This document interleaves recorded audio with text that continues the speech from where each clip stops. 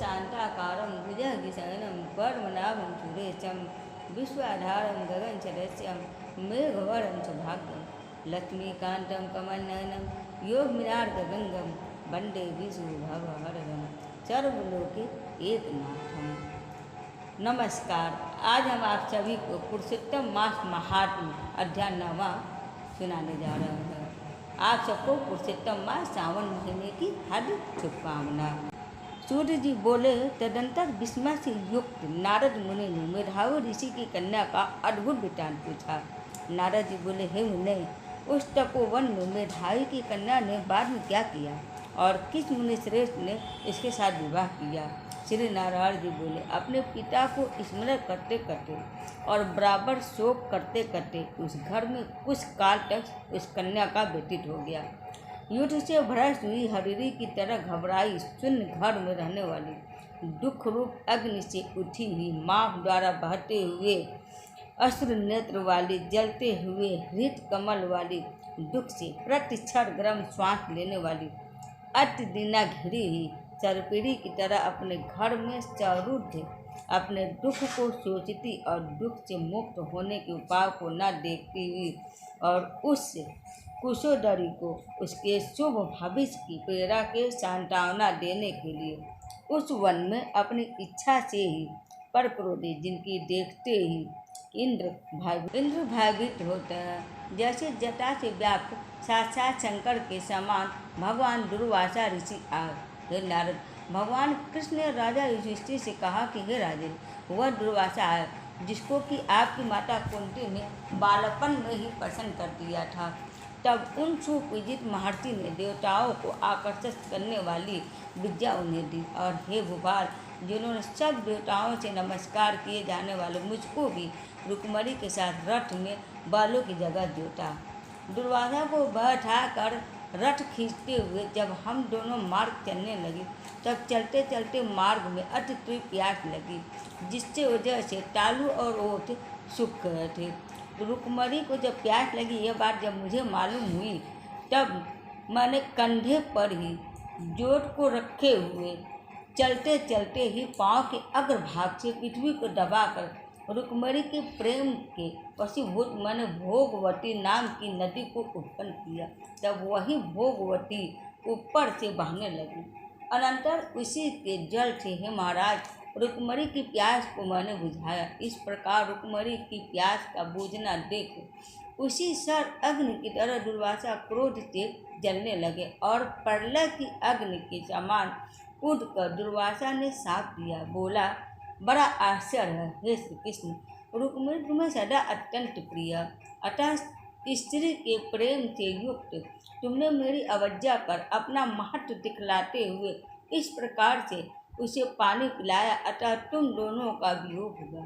इस प्रकार उन्होंने साप दे दिया। हे युधिष्ठिर, वही यह दुर्वासा मुनि है, साक्षात रुद्र के अंश से उत्पन्न, दूसरे काल रुद्र की तरह महर्षि अत्रि के उग्र तप रूप कल्प वृक्ष के दिव्य फल, पतिव्रताओं के सिर के रत्न अनुसुईया भगवती के गर्भ से उत्पन्न अत्यंत मेधा युक्त दुर्वासा नाम के ऋषि, अनेक तीर्थों के जल से भीगी जटा से भूषित सिर वाले साक्षात तपोमूर्ति दुर्वासा ऋषि को आते देख कन्या ने शोक सागर से निकलकर धैर्य से मुनि के चरणों में प्रार्थना करने के बाद जैसे वाल्मीकि ऋषि को जानकी अपने आश्रम में लाई थी, वैसे ही यह भी दुर्वासा को अपने घर लाकर अर्धपाद्य और विविध प्रकार के जंगली फलों और पुष्पों से स्वागत के लिए आज्ञा लेकर आदर पूर्वक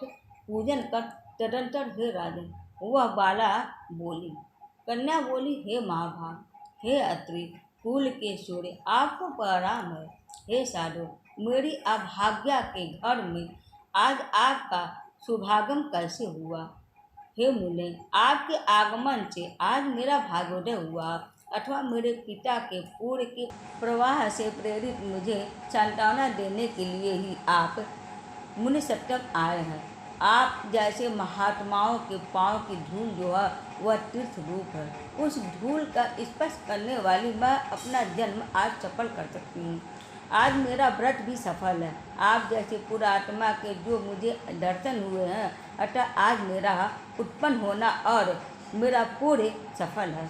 ऐसा कहकर वह कन्या दुर्वासा के सामने चुपचाप खड़ी हो गई। तब भगवान शंकर के अंश से उत्पन्न दुर्वासा मुनि मंद हाथ युक्त बोले।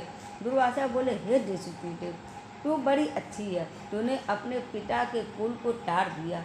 यह मेधावी ऋषि के तप का फल है, जो उन्हें तेरी जैसी कन्या उत्पन्न हुई है। तेरी धर्म में तत्परता जान कैलाश से मैं यहाँ आया और तेरे घर आकर तेरे द्वारा मेरा पूजन हुआ। हे वारारोहे, मैं शीघ्र ही बद्रिकाश्रम में मुनीश्वर सनातन नारायण देव के दर्शन के लिए जाऊंगा, जो प्राणियों के हित के लिए अत्यंत उग्र तप कर रहे हैं। कन्या बोली, हे ऋषि, आपके दर्शन से ही मेरा शोक समुद्र सूख गया।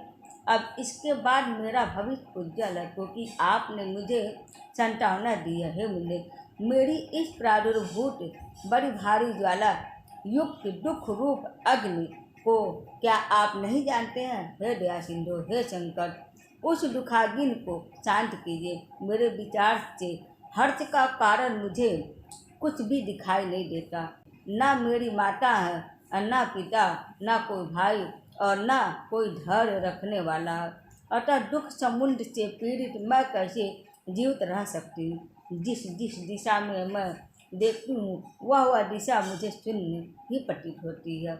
इसलिए हे तपोनिधि, मेरे दुख का निस्तार आप शीघ्र ही करें। मेरे साथ विवाह करने के लिए कोई भी तैयार नहीं होता। इस समय मेरा विवाह ना हुआ तो मैं फिर वृषणी शूद्रा हो जाऊंगी। यह मुझे बड़ा भय है। इसी भय से ना मुझे निद्रा आती है और ना भोजन में मेरी रुचि होती है। हे ब्राह्मण, अब मैं शीघ्र ही मरने वाली हूँ, यह मेरा इस समय निश्चय है।